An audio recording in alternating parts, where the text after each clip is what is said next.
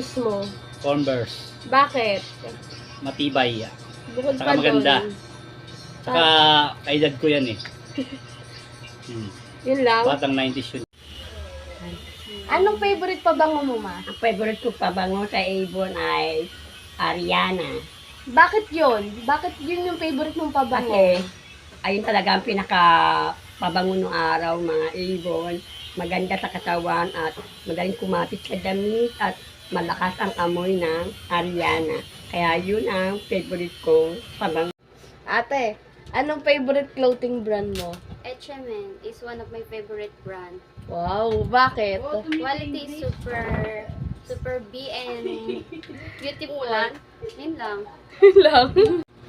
For me, ang best restaurant para sa akin ay Jollibee because alam naman natin mas masarap ang lasa nito kumpara sa mga ibang fast food restaurant.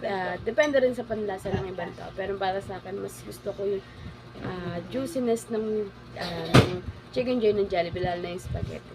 At yung french fries nila talagang sulit at gustong gusto ko.